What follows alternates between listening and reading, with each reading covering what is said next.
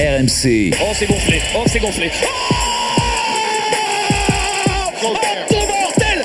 Donne-moi ton short. Basket Time. M'en fous ce qui arrive en deuxième mi-temps. Même si on perd, au moins on joue avec notre fierté. Et on joue dur.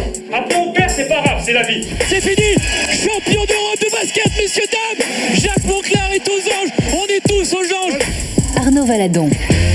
Salut à tous, bienvenue dans Basket Time, votre rendez-vous hebdomadaire en podcast à retrouver sur toutes les plateformes, le rendez-vous basket de RMC. Aujourd'hui, pas de NBA, mais ne vous inquiétez pas, il y a un podcast bonus à retrouver justement sur ces finales NBA où Miami et Denver sont à un partout. Mais on va parler d'une autre finale cette semaine, tout aussi excitante, celle du championnat de France entre Boulogne-le-Valois et Monaco. Victor Wembanyama a 3 victoires d'un titre de champion de France avant de s'envoler pour la NBA. On a un invité de prestige avec nous, c'est le directeur des opérations sportives des Mets 92, Alain Weiss, est avec nous en studio. Bonjour Alain. Bonjour. Merci d'être avec nous. Alors le casting aujourd'hui, un pivot que vous avez sélectionné Alain à près de 18 reprises en équipe de France, Frédéric Weiss. Bonjour. Tu l'avais le 18 ou pas, ou Alain Oh ben, J'ai compté hein.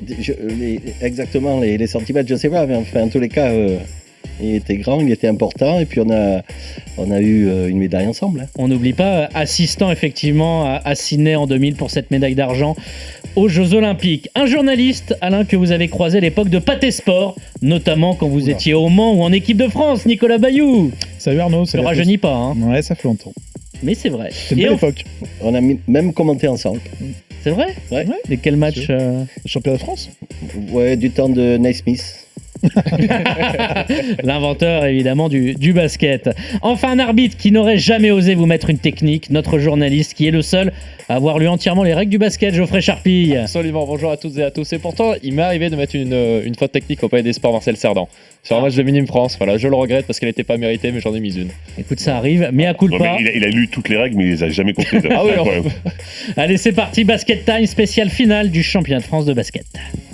Et pour la 5e fois de son histoire, l'AS Monaco Basket va rejoindre les finales du championnat de France. Le chronomètre qui va s'écouler, le score final sera 71-85, victoire monégasque ils auront remporté cette manche 3-0, c'est terminé. Et puis le basket, ça y est, c'est officiel, Victor Wembanyama va disputer la finale de Betclic Elite, Jérémy Donzé. Coup de tonnerre dans ce championnat de France, le triple champion de France en titre prend la porte dès les demi-finales, dès le match 4, devant son public de l'Astrobal. L'Asvel battu de 2 points, 71-69 pour les hommes de Vincent Collet. Ce dernier shoot raté au buzzer d'Antoine Dio qui envoie donc Victor Wembanyama et ses coéquipiers en finale. Ce sera face à Monaco qui s'est qualifié 3-0 face à Bourg-en-Bresse. Voilà notre finale logique finalement en regardant le classement de la saison régulière. Le premier Monaco contre le deuxième. Comment voyez-vous cette finale, messieurs? Monaco et son effectif impressionnant qui a participé au Final Four d'Euroleague, 3e place. Et les Mets, cette meute de jeunes loups affamés emmenés évidemment par Victor Wembanyama et Bilal Koulibaly, les futurs draftés, Fred. Difficile vraiment à pronostiquer cette finale. Moi, je compare un petit peu avec la finale Nuggets-Heat. Et j'ai envie de dire que les Mets sont un peu le Heat. On ne sait pas trop ce qu'ils sont capables de faire, mais à chaque fois, ils montent leur niveau de jeu. Leur plafond de verre s'arrête jamais. En fait, ils le cassent à chaque fois. Ils vont toujours un peu plus haut. Et je suis très impressionné par cette jeunesse qui apprend à une vitesse grand V. Et c'est très, très fort. Parce que après le match 3, tout le monde aurait pu se dire, ça y est, ils sont un peu cassés. Ils en ont pris quasiment 30. C'est fini. L'Asvel a repris l'avantage dans cette série. Et en plus, ils sont à la maison. Sauf que ça ne s'est pas passé comme ça du tout. Et ils ont été là, et malgré un début de match un peu complexe, ils ont été capables de répondre, et je suis très impressionné. Ils ont été solides, effectivement, Nicolas, ces Mets, avec beaucoup de caractère. Hein. Après, ils ont fait une belle demi-finale face à une équipe quand même de l'Asvel qui était un peu perdue depuis quelques semaines, depuis quelques mois. Mauvaise saison en Euroleague, des blessures, des mauvais recrutements. Pas de Nando De Colo blessé, l'alchimie qui a jamais fonctionné. Au contraire de cette équipe des Mets, moi je vois quand même Monaco quand même favori assez largement parce que c'est l'année, j'ai l'impression, de Monaco. Ils ont l'équipe, ils ont le roster, la profondeur que n'a pas peut-être les Mets sur une série en 5 matchs. J'ai du mal à voir les Mets s'imposer 2 fois à Monaco et finir le travail à Paris. Est-ce que le Valois finalement n'a pas déjà réussi sa saison? C'est une super saison et Monaco, pour le moment, la saison n'est pas réussie, même s'il y a évidemment ce parcours fantastique en Euroleague, 3e équipe d'Europe, mais il court après le titre. Alain, les jeunes loups affamés puisque vous avez des jeunes avec quelques bergers expérimentés. C'est comme ça qu'on pourrait décrire les Mets, surtout sur ces playoffs. On voit Barry Brown, on a remis son dunk gamelle manqué, mais il y a eu des paniers très clutch, paniers d'expérience. Voilà, c'est cet alliage, cette alchimie dans cette équipe. Oui, avec Tachan Thomas aussi, qui est... et puis nos 3 piliers français, Konaté, Oyufat et Manjassi, qui sont aussi des joueurs qui tempèrent beaucoup le vestiaire. C'est important. D'abord, ils sont sur le terrain, et puis ensuite, ils tempèrent beaucoup le vestiaire. Ça, c'est important. Non, moi, ce que je trouve formidable, c'est effectivement cette résurrection entre le match 3 et le match 4. Il y a eu du travail de fait de la part de Vincent Collet, de la part du staff, de la part des staffs, parce que, bon, en play-off, qu'on perde de 30 points ou qu'on perde d'1 point, c'est la même chose. On se retrouvait, comme au tennis, 2-7 à 1, 4e set, balle neuve, quoi. C'était ça un peu l'image. Et en fait, il n'a pas fallu énormément les convaincre, parce que ces jeunes sont extraordinaires. Ils ont 18 ans, franchement. Ils ont 18 ans, 19 ans, 20 ans pour Hugo Besson. Et ils ont une mentalité, ils ne doutent de rien. Voilà. C'est-à-dire que nous, on était un peu apeurés avant le match 4. On s'est dit, bon, on a pris 30 quand même, ou 25 au match 3. Bon, ça laisse des traces. Mais ça laisse des traces par rapport à notre mentalité, à notre âge. Eux, non, ils se sont dit, non, mais on va gagner le 4. Alors, c'était pas certain, mais ils étaient dans cette mentalité-là.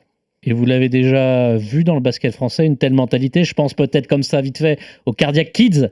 À l'époque aussi, même club sur 7 Fouques, 7 Jeunesse, où là on est vraiment aussi dans une autre sphère, un autre niveau. Ouais, c'est une autre sphère, c'est un autre niveau, évidemment. Alors les Cadillac Kids étaient très forts, avec Sacha Giffa d'ailleurs, qui en faisait partie. Assistant de Vincent Collet. Mais c'était quand même autre chose. C'était des très bons joueurs, mais c'était pas des joueurs avec le potentiel incroyable qu'on est en train de voir. Bilal Koulibaly, c'est monstrueux, sa progression, elle est exponentielle. On est en top 15 au niveau de la draft. Exponentielle. Oui, non, mais moi j'ai même entendu top 10. Donc honnêtement, et ça serait mérité, parce que franchement, ce qu'il propose, c'est incroyable. Mais non, enfin, moi, personnellement, alors je vais vraiment parler que pour moi et je veux pas m'avancer trop, j'ai jamais vu ça. Jamais vu ça, des jeunes capables de répondre autant. Moi, je rapprocherais cette équipe de l'équipe de Mike Petrus, Boris Diaw, de Pau. Du début des années 2000, lorsque ils étaient tout jeunes, juste avant qu'ils partent en NBA, où ils avaient été très forts pendant le championnat, et ils étaient différents des basketteurs français habituels, ils étaient tellement athlétiques. Et encore une fois, cette jeunesse ne doutait de rien. C'est plus à eux que je penserais qu'aux Cardiac Kids, parce que les Cardiac Kids, ça a été quelques matchs en championnat. Mais là, au niveau des playoffs, d'une finale, enfin d'une demi-finale, je pense que... La maturité développée, c'est ça? La maturité, puis le talent. Le talent, c'est-à-dire que de l'équipe de Pau dont je parlais, il y en a quand même 2 ou 3 qui sont partis à NBA. Et là, on va en retrouver au moins 2 en NBA, quoi. Donc, c'est-à-dire, c'est du haut niveau et c'est une mentalité. Ce sont 2 mentalités qui se rapprochent l'une de l'autre. N'hésitez pas à aller voir les highlights de Boris Diaw et Pau, où il y avait du jus pour Babac. C'était un Babac aérien qui pouvait partir pratiquement de la ligne des lancers francs. Maintenant, on a du mal à y croire. Je ne sais pas s'il peut faire un 2 pas à 3 mètres. Geoffrey, finalement, c'est une surprise sans une surprise de voir les Mets là quand on voit leur parcours en saison régulière. Il y a même d'ailleurs eu une victoire contre la Roca Team, je crois, en saison régulière. Totalement. Pour moi, c'est pas une surprise de voir les Mets en finale du championnat de France. Et avant le match 4 des demi-finales face à Lasvel, je m'étais dit peu importe qui va passer dans cette finale, ils seront outsiders face à Monaco. Alors je pense que les Mets sont toujours outsiders face à Monaco, mais ce qui m'a impressionné du côté des Mets, c'est l'intensité défensive que peut mettre cette équipe sur peut-être pas pendant 40 minutes, parce que voilà, ce sont des jeunes joueurs, ils sont encore inexpérimentés sur certains points, mais quand ils se mettent à défendre très très fort, à couper les lignes de passe, à se jeter sur tous les ballons, je pense notamment au capitaine Laou Konaté ou encore à Steve Oyufat, je me suis dit waouh, là c'est très impressionnant ce que... Laou Konaté, je te rejoins, sur D-Bost. Exactement. D-Bost, il ne savait plus où il habitait. Exactement. La première mi-temps face à Lasvel, on connaît D-Bost, il voulait prendre le match à son compte, c'est une évidence. Il n'y a eu aucune option. Bon, après, c'est Et Antonio Montreux. qui l'a pris. Par contre, ça, je c'était- pense que les Mets n'ont pas battu Monaco. Non, ou de peu. Je crois pas. J'ai Il y a un trois, doute. trois victoires, Cette année Oui. cette Non, saison. non, on a perdu tous les matchs. Ouais. On en a perdu un de très peu à Le domicile d'un Oui. point. Oui, c'est ça. Voilà, c'est pour Le ça jour que- où Okobo avait mis 31 points, je crois, et où on avait vu Mike James jouer très collectif et très meneur de jeu classique. Mais on avait eu jusqu'à 14 points d'avance au 4e quart-temps, mais il nous avait coiffé d'un point à la fin. Mais votre meilleur match, c'est pas quand vous perdez là-bas et que Tremont Waters se fait virer finalement. Et oui, le meneur qui est parti Parce que, en parce cours que de depuis qu'il saison. est plus là, ça joue beaucoup mieux au basket en fait. Non, mais Pas plus collectivement en tous les cas. moi, je veux pas charger Non, mais Tremont Waters. Non, mais c'est évident qu'il était en train, il avait bloqué le vestiaire. Et bien qu'il soit très fort, il avait bloqué le vestiaire parce qu'il acceptait pas du tout la lumière qu'il y avait sur Victor Wembanyama. Et c'est le seul qui a pas compris que la lumière, elle était sur Victor parce que c'est comme ça, il y est pour rien. Et qu'elle pouvait aussi éclairer un peu tous les autres. c'est clair. À l'image évidemment de Bilal Koulibaly dont on parle énormément. Sur la finale, Fred, quelles sont pour toi les clés ? On vient de parler de la défense des Mets. Là, va y falloir être en mission sur plusieurs joueurs. Et du côté de Monaco, comment aussi peut-être verrouiller Victor Wembanyama ? Il y a des belles tours de contrôle aussi du côté de l'effectif de la Roca. Ouais, il y a tout ce qu'il faut dans les deux équipes. Après, je suis très impressionné et je rejoins Geoffrey par la défense que peut proposer les Mets. On sait que c'est la meilleure attaque des playoffs Monaco, donc il va falloir jouer très sérieusement sur eux, être défensivement fort parce qu'ils ont quand même un axe à 3 avec James, Lloyd et Okobo qui sont très très forts, mais il n'y a pas que ça. Moté Younas qui est très très bon aussi en ce moment. Donc voilà, il va falloir défensivement faire le taf qu'ils ont fait, mettre beaucoup de pression et offensivement jouer comme ils le font, c'est-à-dire bien circuler le ballon, attaquer le cercle et mettre rapidement dans la pénalité l'équipe adverse. C'est ce qu'ils avaient fait contre l'Asvel et à chaque fois qu'ils ont réussi à le faire, ils se sont imposés. Du côté de Monaco, ce sera imposer leur défense physique. On sait qu'ils ont une défense capable de les amener au final fort de l'Euroleague, donc ils savent comment faire. Ils vont mettre un Brown the Third contre Victor et qui va l'embêter au maximum. C'est à Victor d'essayer de se dépêtrer de ça, mais ce sera pas évident. Clairement, il sera ciblé et ce sera dur. On a vu l'Asvel tenter beaucoup de petits sur Victor Wembanyama durant cette demi-finale. Ça l'a gêné d'ailleurs un petit peu. On a sur vu du certains Yves matchs, du sur deux matchs. KUD. Ouais, KUD effectivement l'a gêné. Moi je pense, j'en parlais un petit peu tout à l'heure, la profondeur sera quand même une des clés de ces finales sur 5 matchs, s'il y en a 5. Monaco, c'est 11-12 joueurs qui ont joué une saison d'Euroleague, qui ont du talent. Il va falloir que les joueurs du banc des Mets apportent beaucoup plus. Je pense à Hugo Besson, qui, c'est vrai, revient de blessure. Lui, il y est pas. Il est pas encore. Alors effectivement, il revient Mais de blessure, mais il y c'est est un pas. Il y a eu joueur un bon qui doit- passage, je crois, dans le match 2, juste avant la mi-temps, avec notamment un 3 Il est points en capable buzzer. d'apporter beaucoup plus. Steve Oyufat, Lau Konaté, qui ne sont pas des scoreurs réguliers, doivent vraiment faire une grosse finale pour épauler les joueurs cadres. Barry Brown aussi doit faire une grosse finale. C'est tous ces joueurs à côté de Victor, de Bilal. Steve Oyufat, très bon, très bon troisième match contre la Ouais, mais quatrième match, pardon. Voilà, il Contre faudra l'Asvel, le très, faire. Pour battre Monaco, il en faut plus que sur un match. Et peut-être, Ouais. Alain, il faudrait un Devante Jones. Est-ce que vous êtes rassurant ou pessimiste le meneur des Mets qui était absent sur le match 3, match 4 Bon, on avait tablé sur une rentrée d'Evante mercredi soir, au match 5. Il s'est entraîné hier normalement. Petite douleur, mais il n'y a aucun problème, il sera aligné. Par rapport justement aux forces en présence, il faut remarquer que Monaco a 8 étrangers, ne pourra en aligner que 6. Donc, Donc il y a 2 joueurs qui vont devoir sortir, alors peut-être, je ne sais pas, Shimamoneke ou enfin bon, Blossom Game. ou Blossom Game. Bon, donc ça, c'est déjà un élément. Ensuite, bon, leur niveau de jeu n'est plus à démontrer. Quand on est 3e de l'Euroleague, ça veut dire qu'on est très fort. Maintenant, j'ai pas été très impressionné contre Strasbourg. Voilà, j'ai trouvé qu'ils avaient souffert. Ils avaient souffert, et même s'ils sont plus forts à la fin, ça se voit, c'est eux qui gagnent. Je me dis, tiens, on peut faire ça aussi, et peut-être un peu mieux. Alors, je ne dis pas qu'on est favori. Si je devais parier, logiquement, je parierais Je Monaco. parierais contre toi, Alain. Non, mais je pense que on peut les embêter. Alors, pour te répondre, je pense que il faut pas gagner 2 fois à Monaco. Il suffit de gagner une fois. Pour récupérer l'avantage du terrain. Voilà. Et puis espérer gagner 2 fois à Paris. Mais bon, c'est eux qui ont la main, c'est eux qui ont l'avantage du terrain. Voilà, bon, c'est eux qui sont favoris, c'est indéniable. Ouais, et Arnaud, tu parlais tout à l'heure des points clés de cette série. Pour moi, il va y avoir un point clé. Tout à l'heure, j'ai encensé la défense des Mets face à l'Asvel, mais pour moi, je vais émettre un petit bémol offensivement. Alors certes, bien évidemment, le meneur titulaire n'était pas là, mais c'est sur la capacité des joueurs extérieurs, meneurs et arrière, à ne pas perdre la balle face à l'agressivité des Monégasques, parce que, on l'a dit, c'est des jeunes joueurs, donc forcément, ils sont insouciants, ils ont envie de tenter des choses. Mais j'ai vu face à l'Asvel des pertes de balles très bêtes. Des difficultés à monter la balle, et je pense que face à cette équipe ça peut être très compliqué si on vient à perdre 4-5 ballons par carton. Je pense que derrière ça va être compliqué pour vous de revenir. Après, j'ai entièrement confiance, et voilà, Hugo Besson doit sortir de sa boîte. Normalement Devante Jones va revenir, mais je me dis voilà, il faut pas répéter les mêmes erreurs que face à l'Asvel, parce que sinon ça pourrait vous être préjudiciable. Voilà, ce serait juste le petit bémol, les montées de balle. Et Fred et Victor, c'est quand même il est en finale. On sait que dans ses discours, il a envie de déjà marquer l'histoire du basket. Il est à 3 matchs de faire déjà quelque chose de grand. Il y a de la pression sur lui, peut-être encore plus, ou ça l'effleure comme d'habitude? Honnêtement, je pense que ça l'effleure. Alors, je pense qu'il a un peu de pression parce qu'il a envie de laisser une très bonne image en France, c'est une évidence. Sauf qu'on a vu ce que ça donnait quand il avait de la pression. Rappelez-vous quand même, il est allé à Las Vegas pour laver tout le monde. Donc ça, c'était quand même très très fort en soi. Mais il n'y avait pas dedans. Enfin, il y avait il y avait un enjeu monstrueux pour lui. Il y avait un enjeu monstrueux pour lui. En plus, sur le territoire des Ricains, je trouve qu'il y avait un enjeu monstrueux. En fait, en général, il assume très bien cette pression et il fait le taf.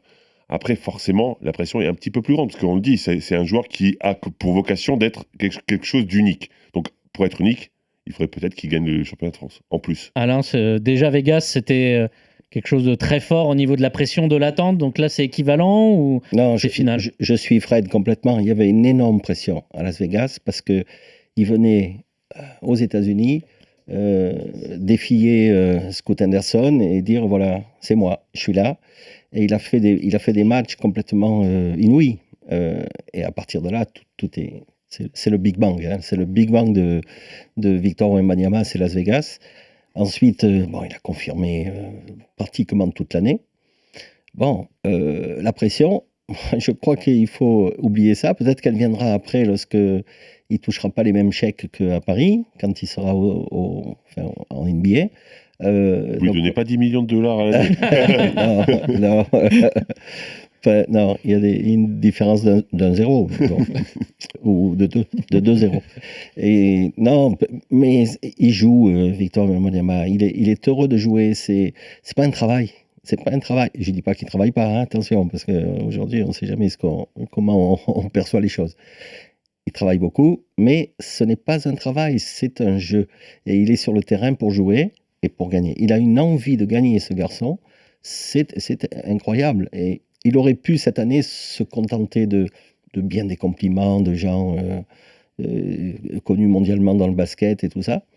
Oh, il n'a pas changé. Voilà, ce que je peux vous dire, c'est qu'il n'a pas pris la grosse tête. Et moi, j'aurais pensé qu'un garçon de 19 ans à qui il arrive ça aurait un peu changé en termes de mentalité et puis son rapport avec les autres. Il n'a pas changé d'un iota. Petite question sur sa santé physique aussi, il y a quelques jours du match, parce qu'il grimaçait, je crois que c'était lors du match à Bercy, du dos. Il tire un peu la langue par moment, on demande à sortir. Comment il est? Est-ce qu'il est à 100% pour le premier match de la finale? Bon, moi j'étais ce matin à l'entraînement, il était impeccable. Le dos va bien. Ouais, le dos va bien, mais il a pris des coups. Et on prend plus de coups contre l'Asvel quand on est défendu par des joueurs de 1m95 que par les grands de Monaco. Les grands de Monaco, on les a joués, Monaco. Ils n'ont jamais mis un mauvais coup. L'Asvel a utilisé ça, notamment à Bercy. Et là, quand on fait 2m20, on prend des coups au niveau des reins, tout ça, ça fait mal. Bon, quant à la soi-disant faiblesse physique de Victor, moi, je ne l'ai pas vu, parce que dans le championnat, c'est sans doute celui qui a pris le plus de coups cette année. Et en plus, comme il est grand, et a un levier différent, ça marque. Non, je crois que, vous savez, en sport, on dit souvent qu'un joueur est un faux lent. Ben lui, c'est un faux fragile. Il est pas du tout fragile. Il est élancé, il est longiligne, tout ce qu'on veut. Il manque de carrosserie, mais il n'est pas du tout fragile. et on le sent aussi en mission à la Leaders Cup. Vous étiez arrivé décimé à Saint-Chamond pour jouer l'Asvel en quart de finale. Vincent Collet était prudent parce qu'il savait les forces en présence, mais lui, non, je viens pour gagner. On sent qu'il a ça en lui et que là, ça anime aussi tout le monde, tout ce groupe. Ils sont en train de vivre quelque chose d'unique aussi pour tous les joueurs de cet effectif. Bon, en plus de ça, je ne veux pas lui donner toutes les qualités, mais il faut reconnaître qu'avec le sage, Laou Konaté, c'est le leader du vestiaire. C'est lui, hein, c'est lui. Ils ont des joies, des enthousiasmes de gamins. Voilà, alors gamins pour moi c'est normal, mais ils ont 18 ans, donc ils sont un peu gamins pour tout le monde. Bon, ils ont des joies formidables. Et Victor est tête de liste, hein, dans ce compartiment. Avec les finales, samedi 10 juin, le premier match à Monaco, 20h30, le deuxième match, 20h30, donc le lundi, 2 jours après. Et jeudi 15 juin, Alain Weiss, où aura lieu ce Boulogne-Levallois-Monaco? Parce qu'effectivement, il y a Marcel Cerdan, mais c'est peut-être un peu petit. Est-ce que vous avancez sur des pistes? On sait que Bercy n'est pas disponible, par exemple. Bon, écoutez, dès qu'on est monté dans le train pour rentrer de Villeurbanne, on s'est occupé de ça. On a contacté Bercy, U-Arena et Roland-Garros. Bercy, impossible, il y a une grand-messe d'une grande entreprise, c'est loué, c'est pas possible. La U-Arena, ils sont pas organisés pour mettre en place la U-Arena pour le basket en si peu de temps. Et on est à fond sur Roland-Garros. Donc Roland-Garros, les négociations, mais c'est même pas des négociations, c'est l'éventail des possibilités ont été évoqués. Et bon, le club est d'accord. Gilles Moreton est d'accord. Il reste maintenant je dirais, la réponse de la responsable, c'est une dame, et qui doit donner sa réponse ce soir pour savoir si c'est faisable ou pas, parce qu'ils sont eux-mêmes en plein déménagement de Roland-Garros. Donc c'est pas facile pour eux non plus, mais ils ont vraiment envie de nous rendre service et puis d'accueillir la finale du championnat de France qui, bon, avec la présence de Victor Wembanyama, elle aura un retentissement international. Et il peut y avoir un Français qui gagne sur le central de Roland-Garros en plus, depuis 40 ans. C'est assez rare. Pas mal. Fred, tu souscris Roland-Garros, il y a déjà eu un match cette année, le Paris de saison régulière, contre Paris-Monaco. Monaco, justement, qui s'était imposé, donc ils connaissent un petit peu les lieux. Mais oui, ce serait magnifique, bien sûr, le décorum est incroyable. En plus, ça rappellerait un petit peu la salle de Monaco, les sièges sont un peu de la même couleur. C'est vrai. Mais non, franchement, décorum incroyable. On souhaite évidemment que ça se passe là-bas. Et puis, on est à la limite de Boulogne-Billancourt aussi. Il n'y a qu'à traverser la rue, je crois, ou on est sur le territoire de Boulogne-Billancourt. Là, j'ai un peu. Non, Roland-Garros. Roland, c'est Paris. C'est Paris, mais vous faites. En face, c'est Boulogne. On traverse l'avenue. Voilà, ou si vous avez un chien, peut-être vous promenez votre chien, il va faire pipi à Boulogne et il habite. Et la commission à Paris. Bien qu'il habite Paris. Et inversement. Votre prono sur les finales, Geoffrey? 3-2 Monaco. 3-2, en 5, avec 5. l'épilogue. On a envie que ça aille en 5 en tout cas. Nicolas? 3-1, mais un 3-1 serré pour Monaco. Fred? J'aimerais dire un 3-2, mais je vais dire un 3-1 pour Monaco. Moi, je vais dire 3-1 Metz, parce que c'est comme le hit, on les sous-estime. Bon, Alain, est-ce qu'on donne un prono? J'en ferai pas. Bah, c'est normal. Non, j'en ferai pas. C'est normal. On va pas, voilà, il y a des superstitions ou pas, mais on souhaite évidemment de voir une belle finale et on a hâte. Vous pourrez les suivre d'ailleurs sur RMC, ces finales entre l'AS Monaco Basket et les Metropolitans 92. On passe à la partie suivante, l'avenir des Mets justement et l'avenir aussi de son actuel directeur des opérations sportives, notre invité Alain Weiss. Le big man entre Wembanyama et Fall. Il part très haut, il part dedans. Surtout ce shoot de Victor Wembanyama. C'est beau d'avoir la reconnaissance des spécialistes, c'est encore plus beau d'avoir la reconnaissance du public. Or, Alain peut nous le confirmer, partout où Boulogne est passé cette année, ils ont fait guichet fermé, ça le comble. Brown qui va dégainer du logo, c'est parti pour Brown. Mais c'est une machine. Quelle adresse incroyable de Brown Junior. Ils ont réussi encore quelques miracles, et pas que avec Wemby. Ils ont monté une belle équipe, alors qu'ils n'ont pas ils ont une toute petite salle. Bon, et ils se débrouillent. Donc ça veut dire que l'intelligence paye. Turnaround. Wembanyama, ultra clutch sur ce move quasi signature, ce turnaround là. Ah, c'est très fort ce shoot là. Donc ça, c'est extraordinaire. C'est une vraie reconnaissance et je suis curieux de savoir ce qui va se passer derrière.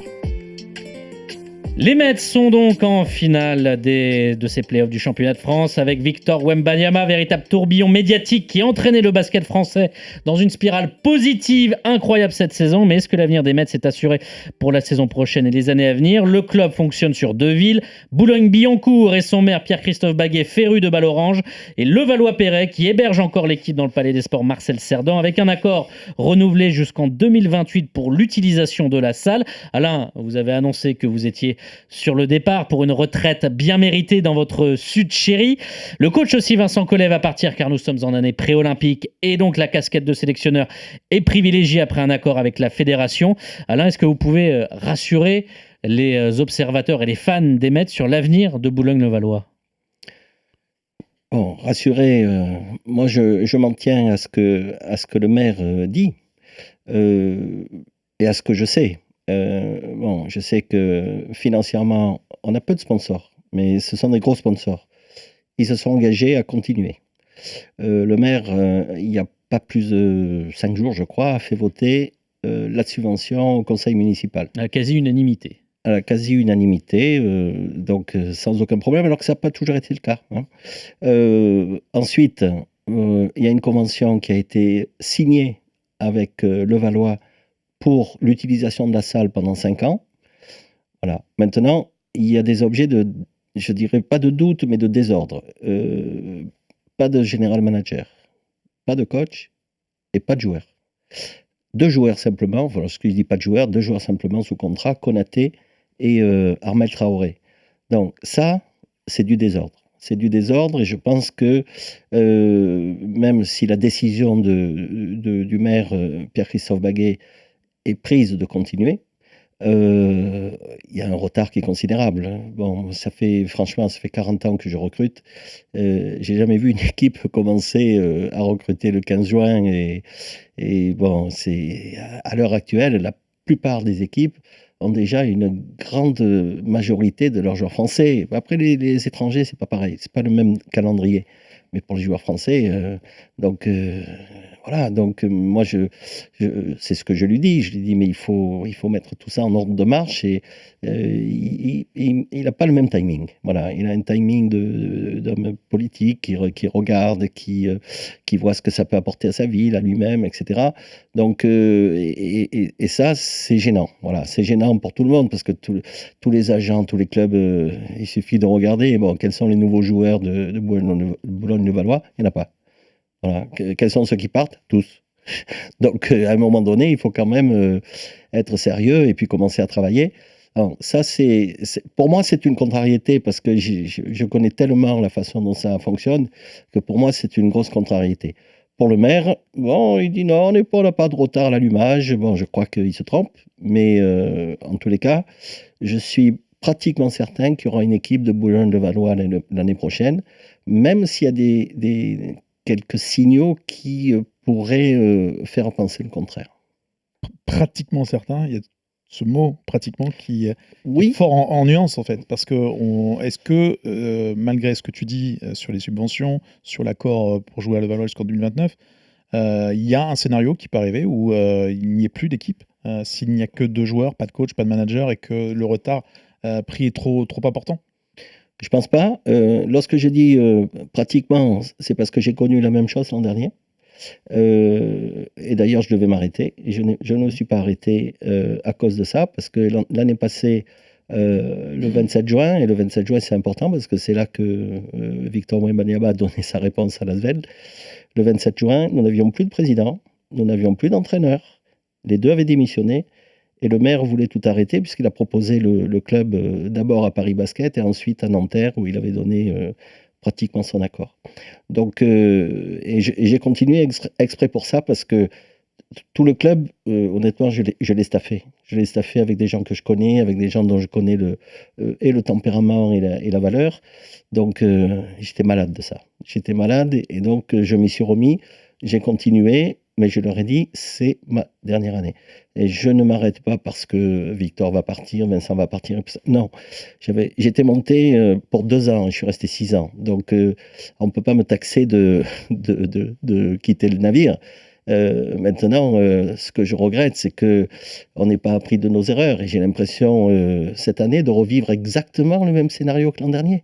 Alors, c'est différent parce que là, on a l'assurance que les sponsors, qui sont déjà les sponsors du club, comme IDEX, se sont engagés à continuer l'aventure. Donc, le club sera sans doute à la tête d'un budget de 5 ou 6 millions, mais 5 ou 6 millions, on peut faire un championnat. Largement, il y a de quoi être au moins dans le top 8. Moi, cette phrase, elle me fait un peu rire, je suis désolé Alain, mais quand tu dis on n'a pas appris nos erreurs, j'ai envie de dire, vos erreurs ne sont pas trop mal, vous êtes en finale du championnat de France. Oui. Peut-être qu'ils se sont dit, on va faire la même. Sur la préparation. Et comme ça, on va faire la même chose sur... Tu ne signeras pas un Victor Wembanyama tous les ans, c'est peut-être ça. Je plaisante évidemment. Hein. Fred, mais tu as raison. Non, mais je trouve que tu as raison. Mais comment on s'en est sorti l'an dernier? Parce que il y avait une osmose entre les agents de Victor et moi. Et cette osmose, c'est quoi? C'est 30 ans de travail en commun, de réseau. Aujourd'hui, moi, je ne conteste pas que celui qui va me remplacer puisse faire la même chose. Mais encore faut-il qu'il y ait un remplaçant. Oui, je comprends. Combien vont rapporter les drafts de Bilal Koulibaly et Victor Wembanyama? Parce que ça, c'est un apport qui peut être important dans un budget pour l'année prochaine. Tout à fait. Victor, ça va rapporter 2 millions. Mais sur les 2 millions de dollars, il faut rétrocéder 1 million de dollars au club formateur, et ils sont plusieurs. Nanterre, Lasvel. Et puis, ça a été... c'est tout un chantier, l'entreprise Victor. Hein. Il faut payer un ostéopathe, il faut payer... il y a eu des dépenses. Il y a des dépenses, il y a au moins 8 personnes qui s'occupent de lui. Donc, à plein temps. Et ensuite, Koulibaly, c'est négocié déjà à 800 000 dollars. Donc, c'est pas ridicule. Il resterait 1,8 million. Donc, 1,8 million non prévu et puis non budgété, je veux dire, dans les budgets précédents. Plus la subvention de Boulogne, plus les sponsors qui se sont engagés à rester. Ça permet de... Il y a un matelas, quoi. Il y a un matelas. Alors après, je sais que le maire de Boulogne a l'espoir de voir des investisseurs étrangers venir, mais comme je connais assez bien le sport, j'en ai vu beaucoup faire le tour du stade Vélodrome, vous voyez, et puis partir. Donc le syndrome cache-car, je le connais. Ou l'argent dans les tuyaux. Ou l'argent dans les tuyaux. J'ai connu des Chinois à l'époque à Limoges. Donc on a tous des expériences de ce type, donc les promesses n'engagent que ceux qui les croient. Moi je suis très dubitatif, même si le maire est très confiant par rapport à l'investissement de certains Américains. Vous écoutez Basket Time. Alain Weiss, directeur des opérations sportives des Mets 92, est avec nous en studio avec Frédéric Weiss, Nicolas Bayot et Geoffrey Charpie qui a une question. Oui, j'ai une question pour vous, Alain. On a beaucoup parlé cette année de Victor Wembanyama et depuis 3 mois et plus particulièrement sur ces playoffs, il y a un jeune joueur qui explose au sein des Mets, c'est Bilal Koulibaly.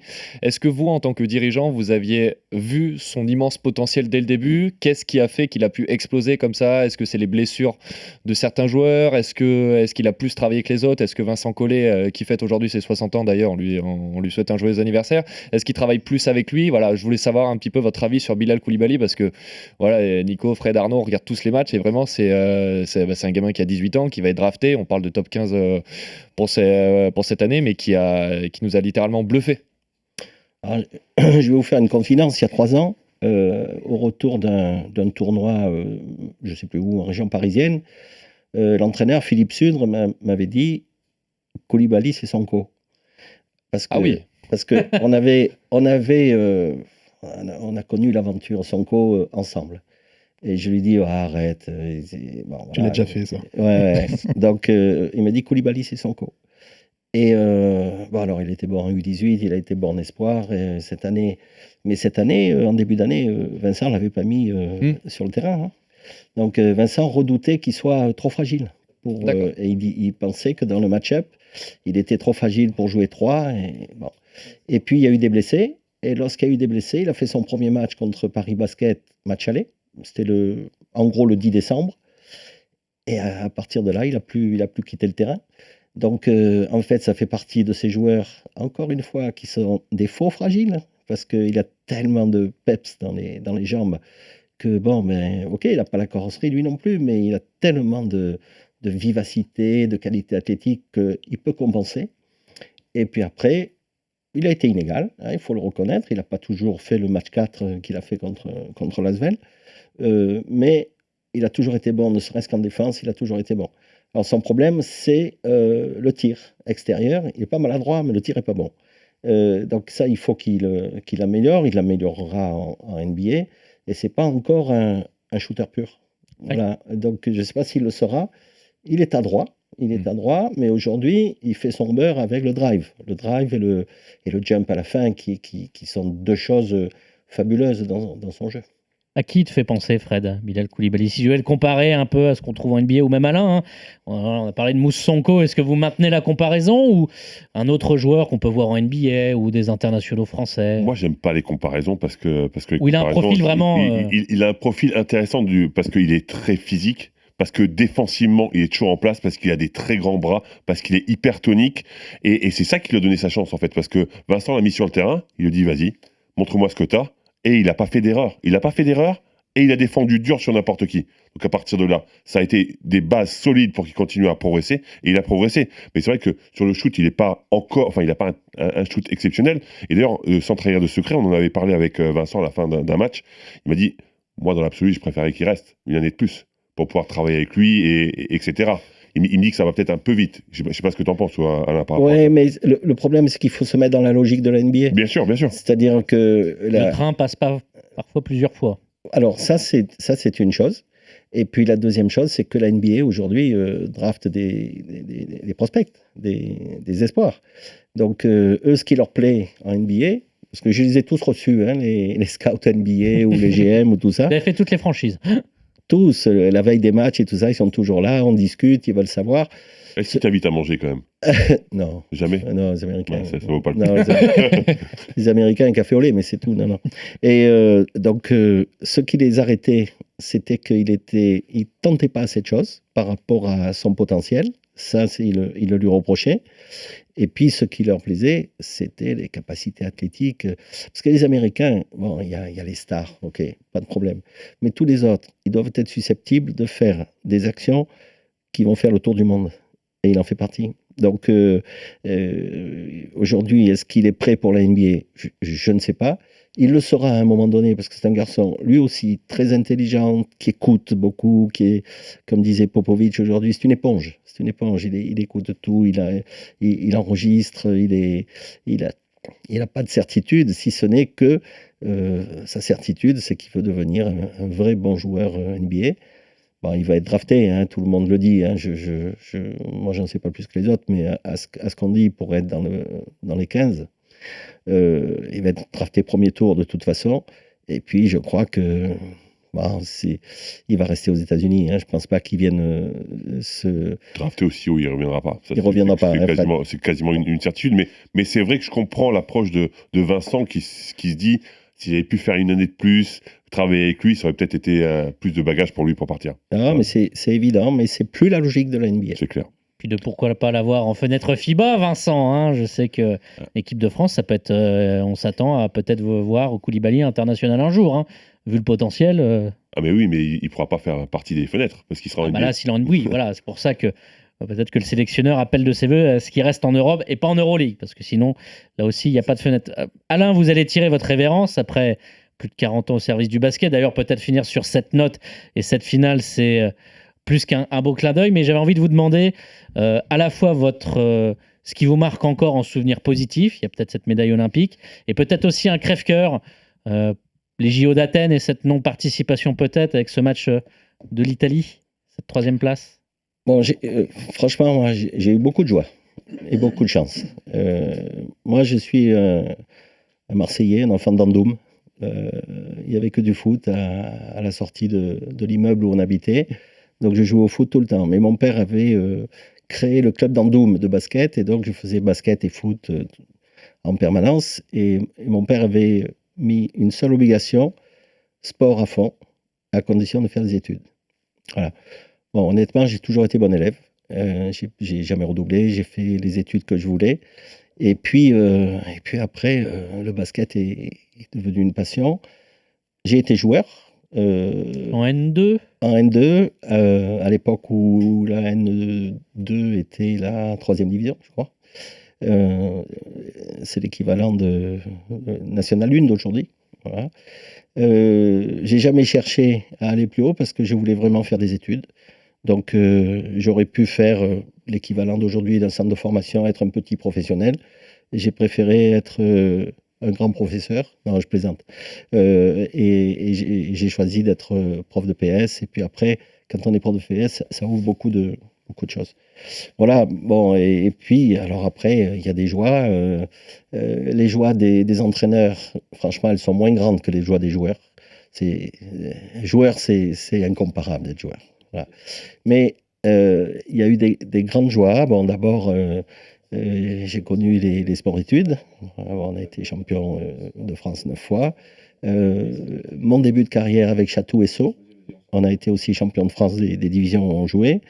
Et puis après, il y a cette aventure extraordinaire avec Fred à Sydney, où on fait une médaille d'argent avec contre toute attente. Contre toute attente, mais avec une très grosse équipe. Mais c'est vrai qu'on n'avait pas été bon la première semaine, on avait perdu contre la Lituanie, contre l'Italie. On avait gagné à la douleur contre la Chine, grâce à un grand Rigaudot. Et donc on arrivait par la petite porte en deuxième semaine, en quart de finale. Et puis les Yougoslaves, à l'époque on les appelait les Yougoslavie, je crois. Hein. Oui, encore. Ils ont eu la bonne idée, dans le dernier match contre le Canada, de se battre dans les vestiaires. Ils avaient 12 points d'avance. En deuxième mi-temps, ils ne se sont plus fait une passe. Et Steve Nash les a battus à lui tout seul. Et au lieu de jouer la Yougoslavie, qui nous avait battus de 30 points à Wollongong, avant de rentrer au village olympique, on joue le Canada. Et le Canada, on a été très fort. Ciara, Fred a fait une deuxième semaine exceptionnelle. Diomassi, ainsi de suite. Et puis l'équipe est devenue, à ce moment-là, une grande équipe. Qu'elle n'était pas la première semaine. Voilà. Ça, c'est un souvenir inouï, inoubliable. Je vous dis encore une fois, moi j'étais dans les rues d'Andoum à jouer au football. Tout d'un coup, je me retrouve aux Jeux Olympiques. Bon, c'est Tintin au JO, quoi. Et puis, une sorte de drame pour moi, c'est le dernier match contre l'Italie en 2003. À l'Euro. À l'Euro. L'Italie, aujourd'hui, il y a 25 ans, hein, j'ai encore des frissons quand j'en parle. On les bat de 34 points en poule. Ils sont épuisés lorsqu'on les retrouve pour la 3e place. Et qualificatif pour les JO d'Athènes. Qualificatif pour les JO d'Athènes. Entre parenthèses, juste renforcé par Pozzico, ils font quand même médaille d'argent à Athènes. Et puis les joueurs qui supportaient pas d'être comme pour Victor Wembanyama et Waters. Ils supportaient pas qu'il y ait la lumière sur Tony Parker.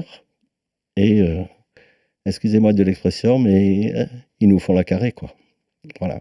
Et donc, ils ne jouent pas contre l'Italie.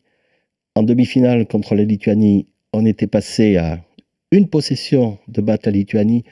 On est à -1 et Tony Parker, 17 secondes à jouer, la possession, le temps mort, la balle à Tony Parker, et puis il ne met pas le panier. Et à partir de là, ça a été, ça s'est dégradé et ça a explosé. J'ai même demandé l'aide du président Menini à cette époque. Je lui ai dit, Yvan, il faut que tu viennes parce que c'est une catastrophe qui se présente, parce que je le sentais. Bon. Et puis, quand est arrivé le match le lendemain après-midi, j'ai dit à Vincent, le collègue qui était mon assistant, j'ai dit, Vincent, il y a des joueurs qui ne vont pas jouer. Il m'a dit, tu crois? Il y a des joueurs qui ne vont pas jouer. Il faut les identifier tout de suite. Et puis, on a vu qu'il y avait des joueurs qui ne jouaient pas. Voilà. Et donc, on est quand même revenu dans le match parce qu'ils étaient épuisés, les Italiens. Blessés, épuisés. Et nous, on avait simplement des joueurs qui ne jouaient pas. On est revenu. Et la dernière balle, c'est aussi Tony qui l'a et qui la négocie mal. Et on va pas à Athènes. Ça, c'est quelque chose qui, je vous dis, 25 ans plus tard, je l'ai toujours en tête, quoi. Et on s'en souvient évidemment tous aussi. Alors on était plus jeunes avec Geoffrey, sans vous faire d'offense, messieurs Fred Et on sent l'émotion palpable d'Alain. Et il a fallu attendre 2012 avant de revenir aux Jeux Olympiques pour l'équipe de France. Messieurs, on passe à la partie historique et vous allez nous parler de vos plus belles performances en finale du championnat de France de basket. Boris Dio face à Jim Bilbao. Oh là là, que c'est joli. Sublime. Pour le moment, j'espère qu'il y en aura d'autres. C'est l'action du match, peut-être même l'action de cette série finale. Quel événement, cette passe tendue de Laurent Poirette. On se serait cru au handball avec un coup de bout. C'est bien fait de la part de Jérôme Allen. Accordé. Ballon récupéré par Mustapha Sonko. Superbe. Pour Rod à 3 points. Quelle action. Jasper Stimov.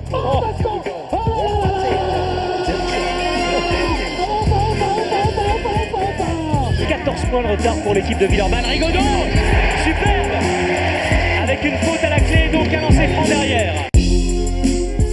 Les plus belles actions que vous avez entendues dans cette magnifique prod préparée par Arthur Robert et Geoffrey Charpille. Fred, grand suspense, tu as choisi une équipe dans laquelle tu étais. Exactement. Ah, c'est surprenant. On n'est jamais aussi bien servi que par soi-même. Hein. Donc j'ai choisi le CSP 2000. Parce que déjà la situation en 2000 au CSP est très compliquée. Je ne sais pas si vous en rappelez parce que vous étiez trop jeune, semble-t-il. Et je parle aux gens qui on a lu ton livre, donc on sait. Et il y en a un qui l'a écrit d'ailleurs. Donc on est dans une situation très compliquée. Il y a plus d'argent. Les joueurs renoncent à une grande partie de leur salaire pour pouvoir continuer. Et c'est vrai que les choses s'enchaînent bien en termes de sportifs. Première coupe Corach gagnée contre Malaga, Coupe de France contre le PSG à l'époque. Basket avec Cyril Julien par exemple et Tony Parker dans les rangs, oui, qui ne joue pas beaucoup d'ailleurs à cette époque-là encore. Et finale contre l'Asvel en championnat de France. Asvel qui fait une saison assez incroyable cette saison-là. Dans cette équipe de l'Asvel, j'ai cité le 5 majeur. Il y a Jim Bilbao, Mousse Sonko justement, on en parlait tout à l'heure, Shea Seals, Marlon Maxey et Jay Lamanaga. Si vous vous rappelez de ce joueur qui est maintenant assistant en NBA. Et donc du côté de Limoges, j'ai une belle équipe aussi, hein. Bonato, Dumas, Harper Williams et Marcus Brown. On en a discuté tout à l'heure, je me rappelais plus qui était le 5e joueur, c'était quand même moi. Mais comme quoi ma mémoire est de plus en plus défaillante, vous avez raison de signaler que je suis pas jeune. Et en fait, tout se passe bien pour nous. On gagne le premier match à Lasvel et on se dit c'est quasiment fait. Maintenant, on n'a plus qu'à rentrer à la maison. Ça se joue au meilleur des 3 matchs. On n'a plus qu'à rentrer à la maison et finir le match et finir la finale surtout. Et on retourne à Limoges. Évidemment, on perd. Et on se retrouve à Lasvel. Et là, c'est fini. Tout le monde personne ne donne cher de notre peau. On se retrouve à Lasvel et on va pour faire le shooting du matin. Et là, petite répétition de montée du fanion de Lasvel. Ce qui était exactement ce qu'il ne fallait pas faire contre nous, parce qu'on n'était pas très cher payé, mais par contre, on avait un petit peu de cœur et on avait un petit peu d'ego. Et de l'amour propre, évidemment. Donc, Yann Bonato, qui a été un leader incroyable pendant cette saison, nous prend tous et il dit, vous voulez vraiment vivre ça ce soir ? Donc ça nous a bien chauffé. Finalement, on se retrouve à battre cette équipe à Villeurbanne, ce qui était assez fantastique à l'époque, ce qui nous permettait surtout de faire un triplé. Et juste pour la blague, donc déjà la saison a été incroyable parce que tout le monde avait fait des efforts financiers pour continuer. On gagne les 3 titres, on gagne le championnat de France qui était contre une équipe magnifique coachée par Greg Benu, en plus vraiment très très bon coach. Et donc à la fin on est tous dans le vestiaire, on se congratule, on se dit voilà la saison est finie. Et donc Duško Ivanović vient nous voir, il dit félicitations, je suis très fier de vous. Et là il se ressaisit en 2 temps, 3 moments et il nous regarde, il dit bon on se revoit dans une semaine pour la post-saison. Alors qu'on n'avait pas été payé pendant toute l'année. Et là on a tous regardé, il est sérieux.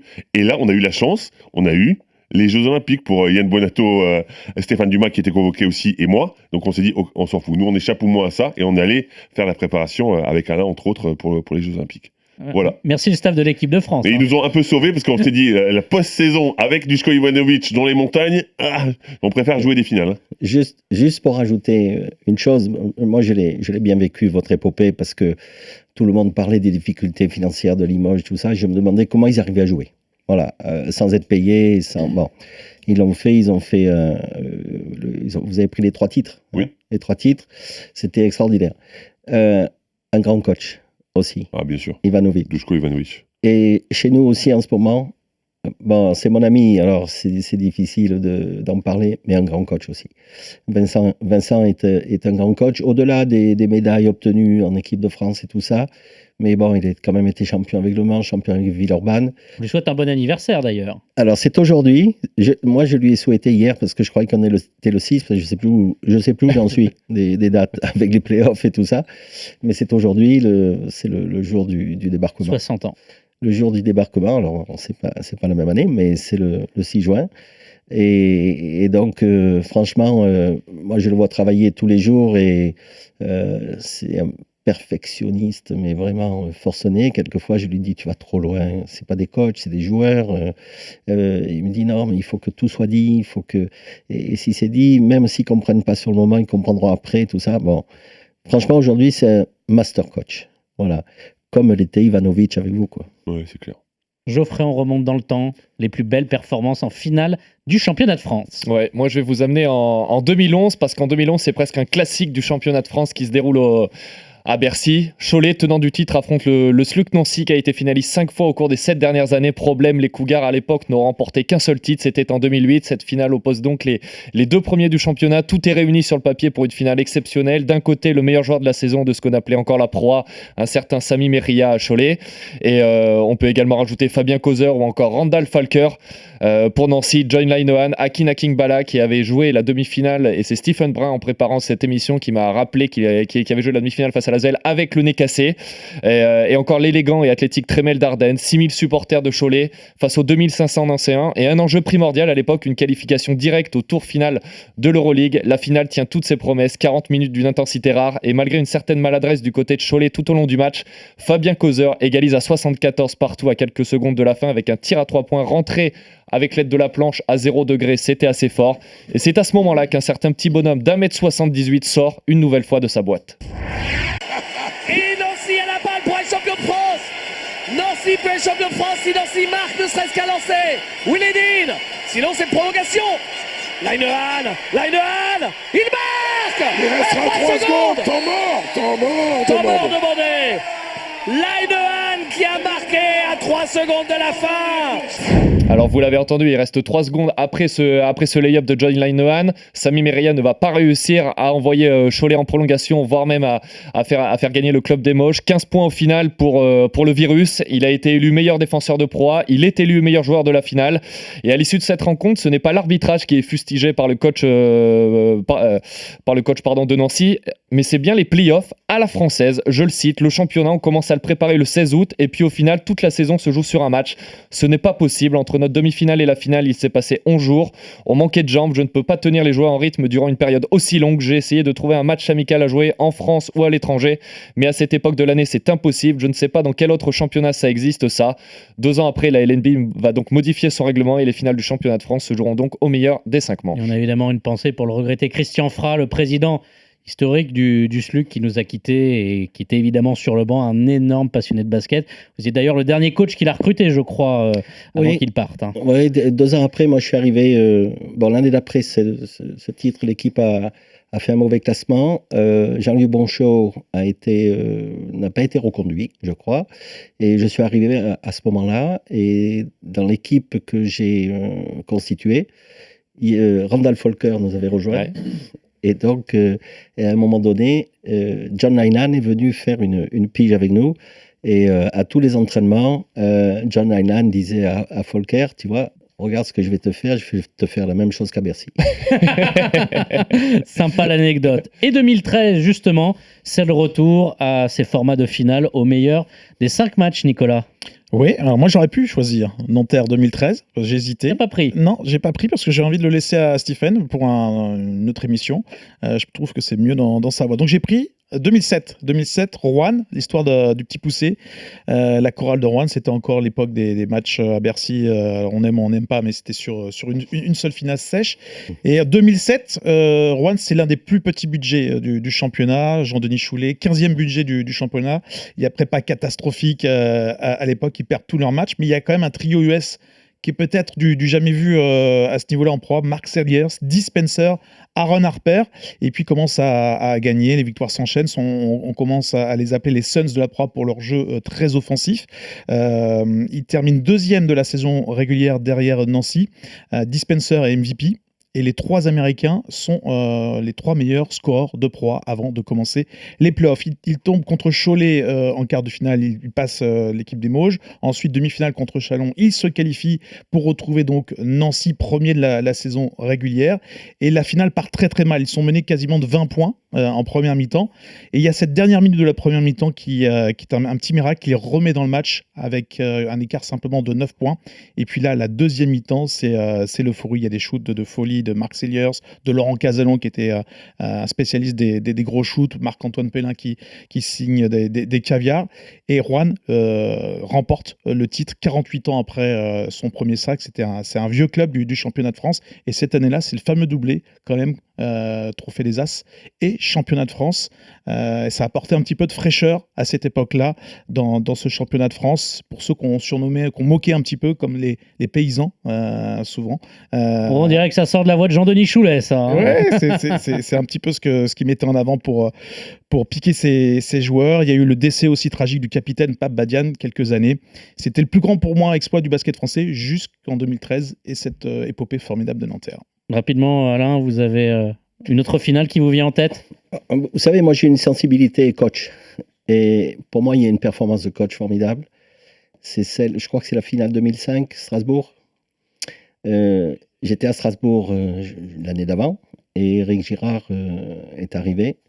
Et bon, ils ont gagné. Bon. Mais c'est pas ça. Bon, et cette année-là, moi justement, je n'entraînais pas, donc j'ai beaucoup regardé les matchs.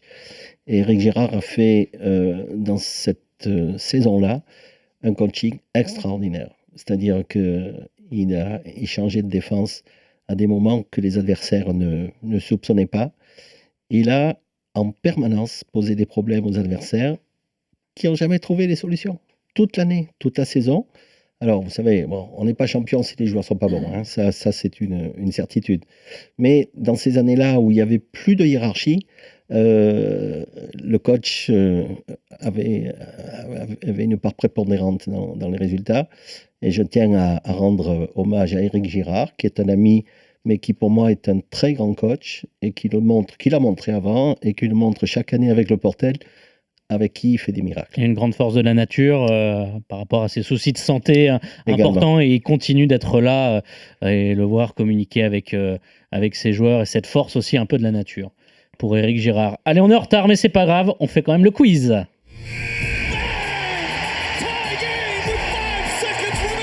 Et alors là, je suis très content de ma trouvaille. Je tournerai en rond, et là, on va pas tourner en rond. Est-ce que vous êtes prêts? Coco Coucoach. Coco Coucoach, absolument. Alors là, vous mobilisez vos neurones. Respecte pas les paysans, t'es un mec de début de Chaumont, toi. Je pense que que là, deux filles contre les vampires. Et voilà, exactement. T'es pas un esthète du visage, qu'est-ce que c'est ton problème? Un esthète du visage. Je vous la refais. Mon premier est l'esthéticienne des bronzés. C'est Christiane, l'esthéticienne, c'est Christiane Wood. Bienvenue à Galaxy. Ah, sacré jingle, on fait de mieux en mieux chaque semaine dans Basket De pire en Time. pire, Geoffrey. Allez, le quiz. Je vais vous proposer un extrait sonore d'une finale. Vous devez m'identifier de quelle finale il s'agit. On écoute, ambiance. Tout le monde. Même Alain. Rouen. Le Mans. C'est Rouen. C'est Rohan, voilà. Bah, Dee Spencer. J'ai dit un premier. J'ai dit juste après. Oh, il y a presque simultané. Hein. Parce qu'il parle plus fort en écrit, mais j'ai dit Roi avant. Oui. Ah bah, Allez, on me dit Nicolas Bayou. Tu t'es trompé en fait. On me dit Nicolas Bayou. Le juge. Alain, vous jouez? J'essaye, mais je suis largué. Donc, là. un point pour Nicolas. Est-ce que vous pouvez, chacun votre tour, me citer les 8 clubs français les plus titrés de l'histoire? Et on commence par notre invité Alain. Donc, chacun votre tour. Vous devez me citer les 8 clubs français les plus titrés de l'histoire. Je vais vous donner un indice pourquoi j'ai pris les 8. C'est les seuls à plus de 3 titres. Parce qu'à 2, on descend quand même bien en dessous. Alain. L'Asvel. 21, l'Asvel, évidemment. Première équipe, Geoffrey. Pau-Orthez. Pau-Orthez, 9 titres. Troisième équipe. J'hésite. Limoges peut-être? Limoges, le CSP. Effectivement, 11 titres. Le dernier en 2015. Nicolas. Le Mans. Le Mans, c'est bon, 5 titres, le dernier en 2018. Alain. Le PUC. Alors, le PUC, est-ce qu'on le met... Parce que moi, j'ai sous Paris. Non, c'est le PUC. Mais non, le PUC, c'est pas bon. Et je crois que c'est bon. J'ai vérifié tout à l'heure. Moi, je suis sûr que c'est bon. Au-dessus de... Donc, plus de 3 titres ? Oui. Bon, on va quand même faire confiance à une Bible comme Alain Weiss. Mais après, il y a les filles. Là, j'ai les filles. Bon, on laisse le bénéfice du doute. Non, mais honnêtement, je pense qu'il a raison. je Après, pense, à cette oui. époque-là, il y avait des noms qui changeaient souvent parmi les équipes parisiennes. Donc, Allez, on on peut accorde. l'accorder. On est bon joueur. Geoffrey. Je crois que Nico a dit Le Mans il n'y a pas longtemps. Je vais tenter Strasbourg. Strasbourg, c'est pas bon. Ah, c'est pas bon. Je crois qu'on est à 1. Déjà, Eric Girard 2005. Et le deuxième, pas sûr. Non, je crois que c'est que 1. Bah, tant pis. Fred. Moi, je tenterais Cholet. Cholet Basket. C'est pas bon. On est à 2. Nicolas. Je vais tenter une équipe parisienne, le Racing. Le Racing, c'est bon. Paris Basket Racing ou PSG Racing avec 4 titres. Le dernier, 97. Alain. Sainte-Marie de la Guillotière. Est-ce qu'il est sûr, là? Non, moi, je l'ai pas. Je l'ai pas, Sainte-Marie. Ils ont raté leur finale. Nicolas, pour terminer, il en reste 1, 2, 3.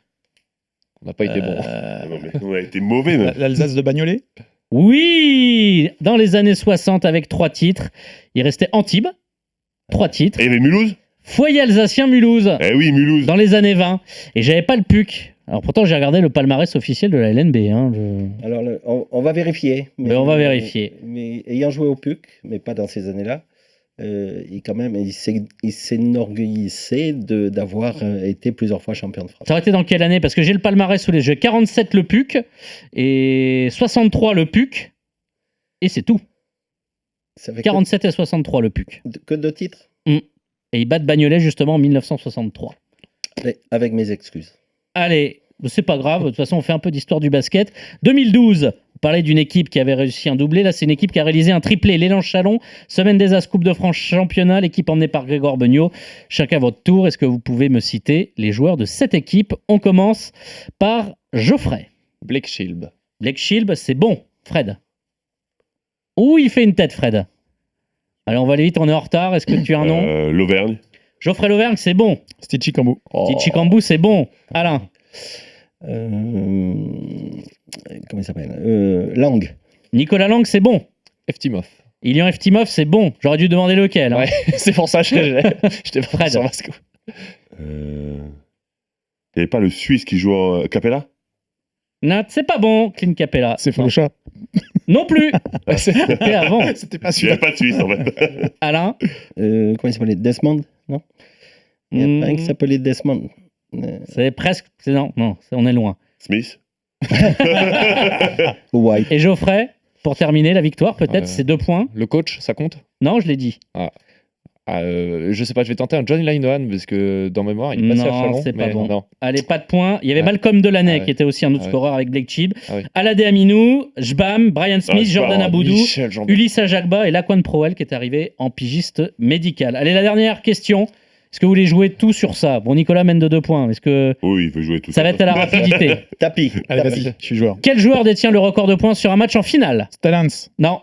Sur une finale. Ah, sur une finale. Sur une finale. Yann Bonato? Non. Un Américain. Don Collins. Don Collins, c'est bon. Limoges 88 Le avec Cobra. 40 points. Et victoire de Fred Weiss au buzzer, on va te l'accorder. Merci beaucoup Alain. Merci. De nous avoir accordé plusieurs minutes. C'était un réel plaisir. On vous souhaite une bonne finale et puis une bonne retraite dans votre sud. Merci beaucoup. Aussi. À la semaine prochaine pour un nouvel épisode de Basket Time. RMC Basket Time.